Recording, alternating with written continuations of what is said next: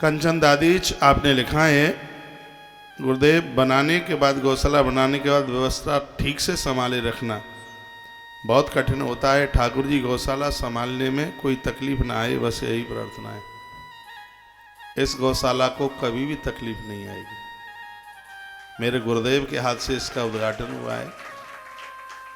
नियति में खोट नहीं है, संग्रह की भावना नहीं है। ये गौशाला तो हमारे न होने के बाद भी बहुत अच्छी चलेगी, बहुत बढ़िया चलेगी। उसको इस प्रकार से व्यवस्थित किया जा रहा है, कभी कमी नहीं आएगी। हाँ, तो गौ माता खुद कृपा कर रही है, शुद्ध होके बैठी, यही सब व्यवस्था कर देती है। आज सुबह सोचा जा रहा था कि 2 गाड़ी सरिया 80 टन आया, इसकी पेमेंट कैसे होगी। गुड़ा भांग लगा लगू करके हो गया काम।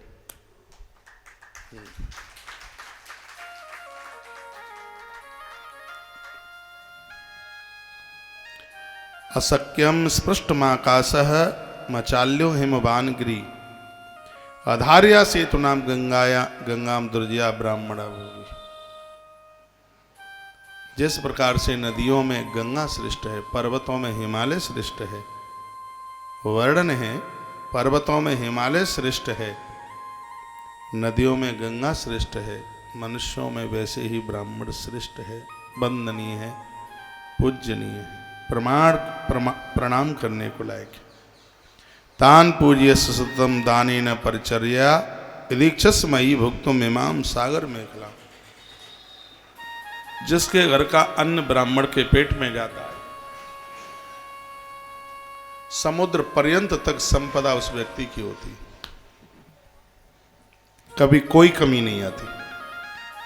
आनंद की बात यह है कि दान पुण्य करने से अंतिम जीवन नहीं बिगड़ता। पहले के राजे महाराजे अन्न दान में, भूमि दान में, गौ दान में, कन्या दान में बड़ी श्रद्धा रखते थे, बहुत ज्यादा। आज भी मंदिरों के पास में इतनी जमीनें लगी हैं, वो लोग ही तो दे करके चले गए थे मंदिरों के पास। तत्पश्चात कहा, पितामह को पूछा, आप हमें दान पात्र की, दान का पात्र है उसके बारे में आप और हमें बता दें तो पितामह आपकी बड़ी कृपा होगी। तो भीष्म कह दें, क्रिया भवत के चांदी पांसा व्रतम उत्तमम यो यो याचेद यद किंचित सर्वं दद्धाम इत्यपि। चाहे वो नजदीक का हो, चाहे वो दूर का, वो भूखा है, अभावग्रस्त है, ऐसे व्यक्ति को दान दे देना चाहिए। अपीड़ियन भृत वर्गवावी वित्त मनुश्रम पीड़ियन भृत वर्ग में ही आत्मा नाम अप कर सती। आपका नौकर चाकर है, वो अभाव में है, वह दिक्कत में है, तो उसको भी दिया गया एक श्रेष्ठ दान का रूप धारण कर लेता है। अपूर्वम भाव ये पात्रम यच्चापि सांद रोचिस्ता दुरद्याभ्यागतम चापी तत्पात्रम च विदुर्बुधा। वर्णन किया गया है कि चिरकाल से जो साथ में रहा है या दूर रहा है, तुम जानते हो या नहीं जानते, उस व्यक्ति के लिए आप जो भी करते हैं वो लेने का अधिकारी है। युधिष्ठिर वाचा पीड्य च भूतानाम धर्मा से हिंसया तथा पात्रम विदात तू तत्व यस्मई दत्तम न संतपेत। युधिष्ठिर ने कहा, पितामह किस प्राणी को पीड़ा न दी जाए और धर्म में बाधा न आए, किसी प्राणी को पीड़ा न दी जाए और धर्म में बाधा भी ना आए।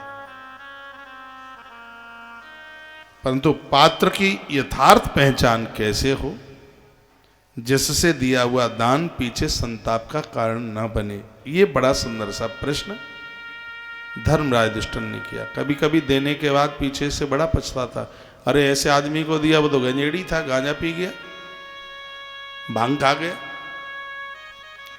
अरे बड़ा कष्ट हो रहा है, कंबल दिया, कंबल बेच दिया। युधिष्ठिर राजा ने पूछा कि देने के बाद में किसी भी प्रकार का दुख ना हो तो कौन लोग हैं जिनको दिया जाए, जिनको देने के बाद कभी बाद में पीड़ा नहीं होती, दुख नहीं होता और किए गए दान का पूरा फल प्राप्त होता है, तो उनके बारे में आप बता दें तो बड़ी कृपा होगी। तो कारितक पुरोहिताचार्य शिष्य संबंधी बांधवा सर्वे पूज्या समान्याश सुतवंतो न सूयका। बैठिए। भीष्म जी ने कहा कि बेटा, यज्ञ करने वाले लोग, पुरोहित, आचार्य, गुरु, शिष्य, बंधु बांधव और दोष दृष्टि से रहित ऐसे लोग, ये सभी पूजनीय और माननीय माने गए।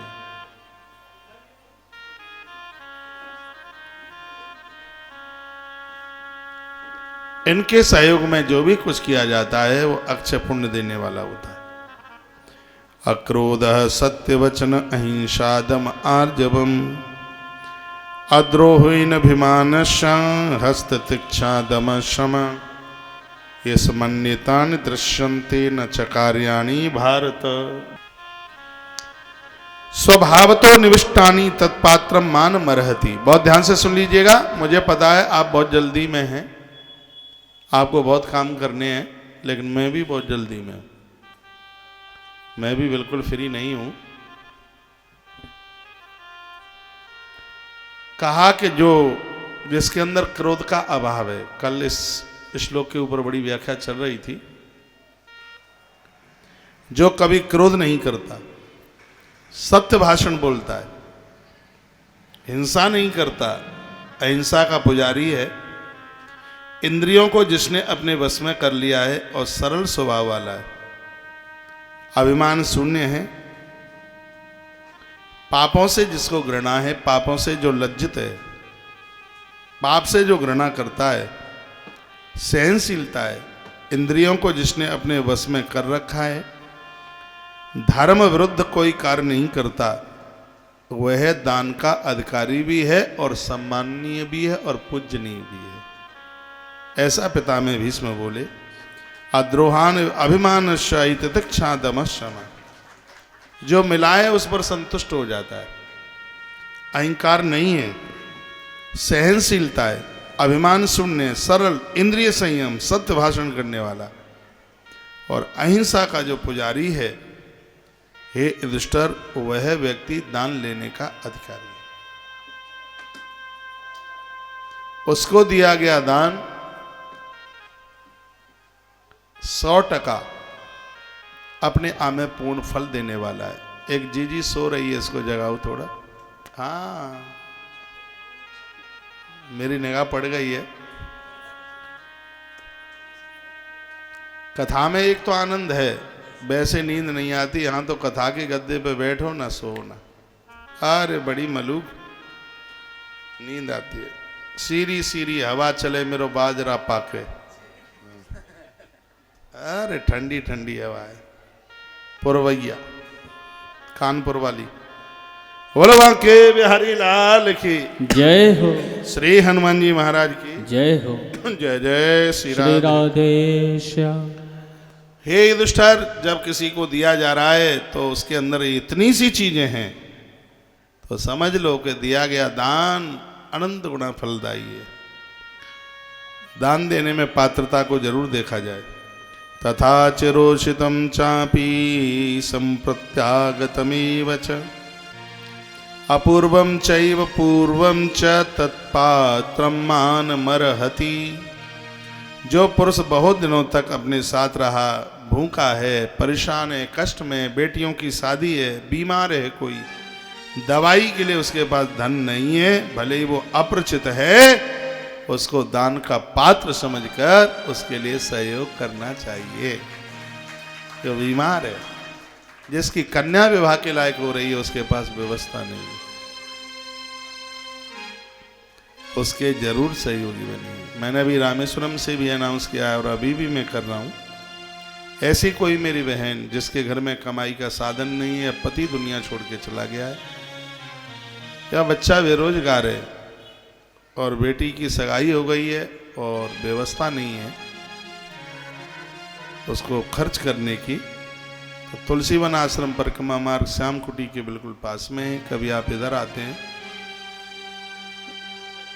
यदि यहाँ से गौतीर्थ तुलसी तपोवन गौशाला से आप राजी हों तो बेटियों की शादी यहाँ से कर दी जाएगी, तुम्हारा 1 रुपया भी नहीं लगेगा। आराम से बेटी को लेके आ जाना, सगाई तुम कर लें और उसकी शादी गौ माता कर देगी। अभी भी मैं इधर से उस दिन गया हूँ तो अभी 5-7 शादियाँ थी, यहाँ से तो नहीं थी, लेकिन उनके लिए सहयोग किया गया। फ्रिज भी दिया गया, अलमारी भी दी गई, लकड़ी का पूरा फर्नीचर भी दिया गया, कहीं भंडारा, पूरे भंडारे की सामग्री सामान दिया गया। बड़ा आनंद हुआ है, बहुत अच्छा लगा है। बस ये सब पुण्य ऐसे इकट्ठे हो रहे हैं, आनंद हो रहा है और सब आपकी झोली में जा रहा है, क्योंकि सहयोग तो आप ही कर रहे हैं ना, आपकी झोली में जा रहा है। आपसे घंटारियों के लिए कुछ पैसा लिया गया था, एक मंदिर नहीं छोड़ा था, हर मंदिर में एक एक घंटी 100-100 रुपया। घंटी तो आपकी थी, अब मेरे पास तो था नहीं, 100-100 रुपया हमने जजमान से ले लिए, आयोजक राजेश अग्रवाल जी के बेटे से। हम तो बिना जेब वाले आदमी। हमने देखा कि पंडित जी को खुशी तो तब होगी जब घंटारी के साथ में 100-100 की नोट हो, तो घंटारे को लटकने में देर नहीं लगी, हाल ही लटक रहे थे। फिर कहा खुश होके, प्रसन्न होके, फिर तो भगवान के चरणों में जाकर के रख दिया घंटारा। रुपया तो ऐसे गैल कर देता, रास्ता कर देता, हटो हटो हटो हटो, तो उससे करे अलग, पहले 100 रुपया घंटारे वाले का नंबर पहले आ जाओ। शाम को पूरा तो पूरी दोपहरी में घूमते रहे आचार्य राममोहन शास्त्री जी, एक मंदिर नहीं छोड़ा, क्योंकि यहाँ से मैंने अनाउंस किया था तो वो पूरा करना जरूरी था। अंदर मंदिर में तो गया नहीं कैमरा, नहीं तो आपको फोटो दिखाई देते, लेकिन बिना फोटो दिखाए मेरी बात का विश्वास कर लेना, ठीक है। हाँ जी, अद्भुत हो गया, पहली बार हुआ। आपसे ज़्यादा मैं खुश हूँ ये सब देख करके। और आनंद की बात है कि पुजारी बोलते हैं, मैंने कहा पहले भी घंटारी आई, अरे कौन लाता घंटारी, ले और ले जाता है यहाँ से। आनंद हो गया, घंटारी, आनंद हुआ, बहुत आनंद हुआ।